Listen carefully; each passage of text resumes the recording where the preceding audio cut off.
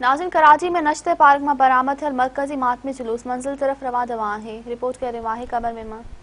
जी बिल्कुल, शहर जो मुख्य मातमी जुलूस जो है वो सख्त सिक्योरिटी के पैरे हेठ पंहिंजे आख़िरी मंजिल तरफ़ रवा दवा है। जुलूस पंहिंजे रवायती रस्तनि नुमाइश चौरंगी सदर तिब्बत सेंटर एम जना रोड ऐं बोल्टन मार्केट खां थींदो, खारादर में इमाम बारगाह ईरानिया हुसैना पहुंची नहर थींदो, जंहिंखां पोइ शाम ग़रीबा बर्पा कई वेंदी। वज़ीर आला सिंध सईद मुराद अली शाह सिक्योरिटी जो जाइज़ो वठण जे लाइ जुलूस जो दौरो कयो, आलमनि सां मुलाक़ात कई ऐं कुझु पंध लाइ जुलूस जी अॻुवाणी पिणु कई। वज़ीर आला सिंध सां IG सिंध ऐं सूबाई सलाहकार मुर्तज़ा वाह पिणु गॾु हुआ। इन हवाले सां सिक्योरिटी जा पिणु सख़्त इंतज़ाम कया विया आहिनि। 5000 खां वधीक पुलिस जा ऑफिसर ऐं जवान सिक्योरिटी ते मुक़ररु थियल आहिनि, जॾहिं त रेंजर जा अटाला पिणु उते मौजूदु आहिनि।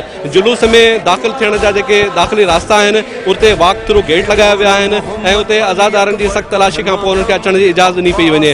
इन खां अलावा मरकज़ी जेको जुलूस आहे जंहिंजो रस्तो आहे उनखे लॻंदड़ जेके घिटियूं आहिनि उन्हनि खे कंटेनर हणी सील कयो वियो आहे।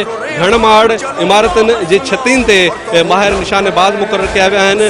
जुलूस जे रस्ते में CCTVs कैमराऊं लॻायूं वयूं आहिनि, जिन खे मरकज़ी कमांड एंड कंट्रोल सेंटर मां जेका आहे उन्हनि जे ज़रिए जुलूस जी मॉनिटरिंग कई पई वञे। इन खां अलावा बम डिस्पोजल स्क्वाड जा जेके एहलकार आहिनि उहे सुराग सां कुतनि जी मदद सां जुलूस जे रस्ते ऐं उन जे आसपास जे इलाइक़नि खे चेकिंग करे रहिया आहिनि। जुलूस जी हेलीकॉप्टर जे ज़रिए फ़िज़ाई निगरानी पिणु कई पई वञे।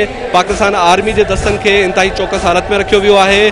जुलूस जी सिक्योरिटी जो जाइज़ो वठण जे लाइ पुलिस आला अमलदार वक़्तन फ़वक़्तन दौरो करे रहिया आहिनि।